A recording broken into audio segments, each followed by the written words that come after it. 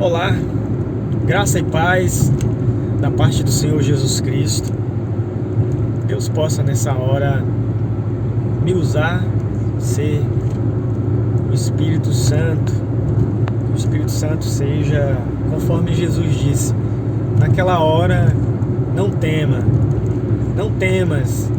não meditem o que vocês vão falar, porque o Espírito Santo é quem falará na vossa boca.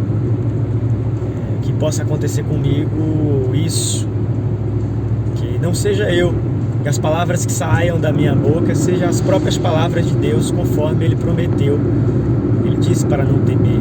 Naquela hora, o Espírito Santo é quem ministraria. E assim, a palavra de Deus sai da boca daquele que fala, e ela só pode entrar no ouvido, naquele ouvido que Deus escolheu.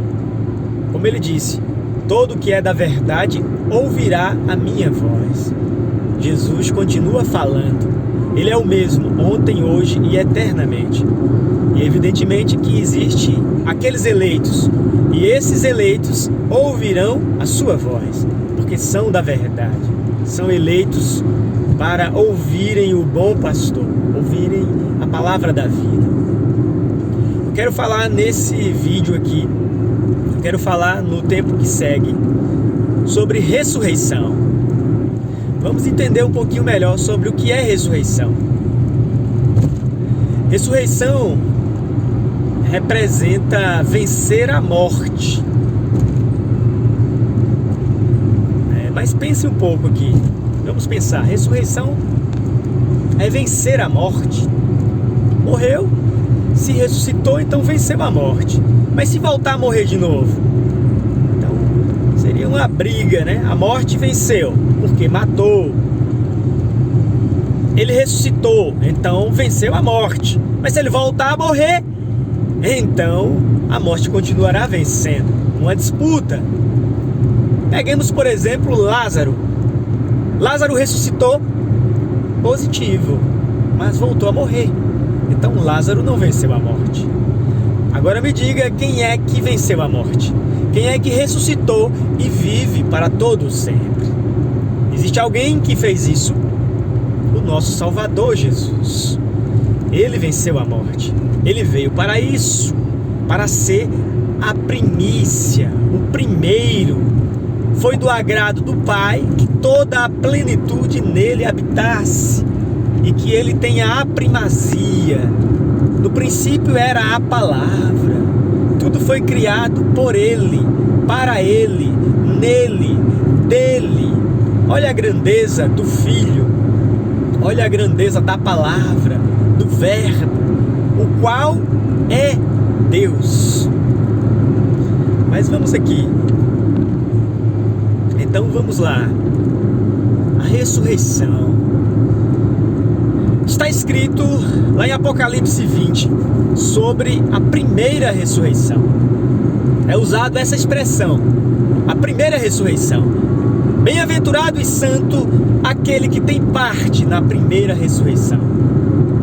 Logo, não é todos, mas aquele que tem parte na primeira ressurreição. Sobre estes não tem poder a segunda morte. Então não adianta ressuscitar se morrer outra vez, porque existe uma segunda morte, a qual é o lago de fogo. Então não adianta ressuscitar se for morrer de novo. Para que ressuscitar e morrer de novo? Só tem validade se você for desses da primeira ressurreição. Agora, essa primeira ressurreição, a qual é uma ressurreição que de fato vence a morte, quando é que ela se dá? Ela ainda vai acontecer? É algo no tempo? Onde acontece essa primeira ressurreição? É preciso entender isso? Então vamos pensar. Lendo o próprio texto do Apocalipse capítulo 20, você vai ver que ali a ressurreição desses que ressuscitam nessa primeira ressurreição, eles reinam com o Cordeiro. E ali diz que por 1000 anos. Agora, o que isso quer dizer? Isso é literal? Vai acontecer um reinado de 1000 anos com Cristo, literalmente. Algo que ainda vai acontecer. O que isso quer dizer? Então vamos devagar, vamos entender a Escritura. A ressurreição e a vida, quem é? João capítulo 11. Ali vai falar sobre a ressurreição de Lázaro. E Jesus vai dizer: eu sou a ressurreição e a vida. Aquele que crê em mim, ainda que esteja morto, viverá. E todo aquele que vive, se crê, nunca morrerá. Você crê nisso? Jesus falou isso sem tirar e sem acrescentar. Leia. Ele disse isso, vou repetir. Eu sou a ressurreição e a vida.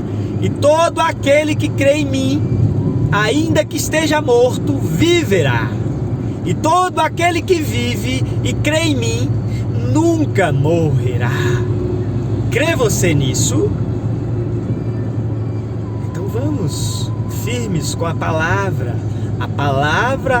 explicando a palavra, não tirando da minha própria mente interpretação para a palavra, não tirando interpretação da Igreja Católica, da Igreja Protestante, de um clérigo, de um conselho de homens, mas usando a interpretação que a própria palavra dá da palavra. Então, a ressurreição é de um só homem, Cristo. E essa ressurreição de Cristo passa a todos os homens que nele creem. Agora, quando se dá a ressurreição? Para ressuscitar é preciso estar morto. Você está vivo? Diga para mim. Se você está vivo e crê, baseado no texto, então você não morrerá mais. Todo aquele que vive e crê, não morrerá mais. Agora, se você está morto e crê, então você ressuscita. Foi o que ele disse. Agora vamos para a Escritura. Efésios capítulo 2, o que está escrito? Efésios capítulo 2. Estando nós mortos, todos pecaram e o salário do pecado é a morte. Você nasceu aqui nesse mundo morto. Você foi formado em iniquidade, concebido em pecado. Você nasceu separado de Deus. A morte é ser separado de Deus, é estar separado de Deus. A morte não é estar dentro de um caixão. Estar dentro de um caixão é a consequência. Mas a vida humana aqui não é a vida eterna. A vida humana aqui é uma perversão da vida. A verdadeira vida está em um só, Jesus Cristo. Ele é a vida. Então vamos, Efésios 2, vamos seguir. Discuta você com o próprio texto. Estando nós mortos em ofensas e pecados, Ele nos vivificou. Nos vivificou. O que é vivificar? Dá vida ao que está morto. Ele nos ressuscitou em Cristo Jesus e nos fez assentar em lugares celestiais.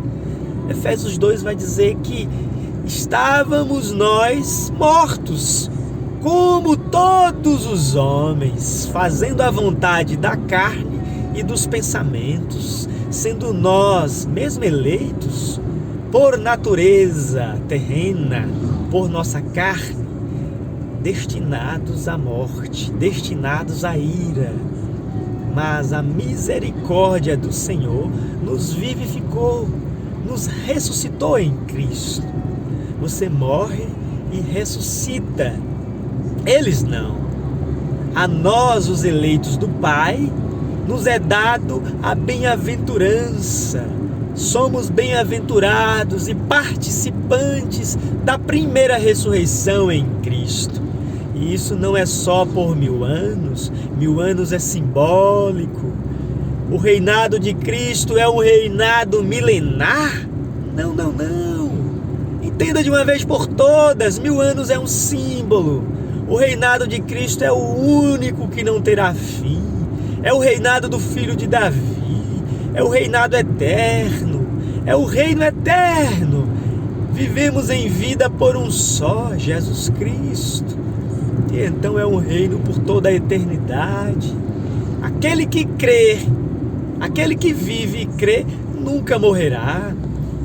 Jesus Cristo afirmou em João capítulo 5, a partir do versículo 24, leia a seguir: aquele que ouve a minha palavra e crê naquele que me enviou, não entrará em condenação, mas já passou da morte para a vida.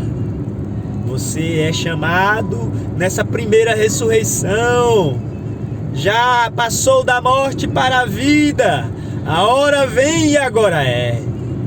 Jesus disse isso, João capítulo 5, a hora vem e já chegou, em que os mortos ouvirão a voz do Filho de Deus, e os que ouvirem viverão. Você está morto?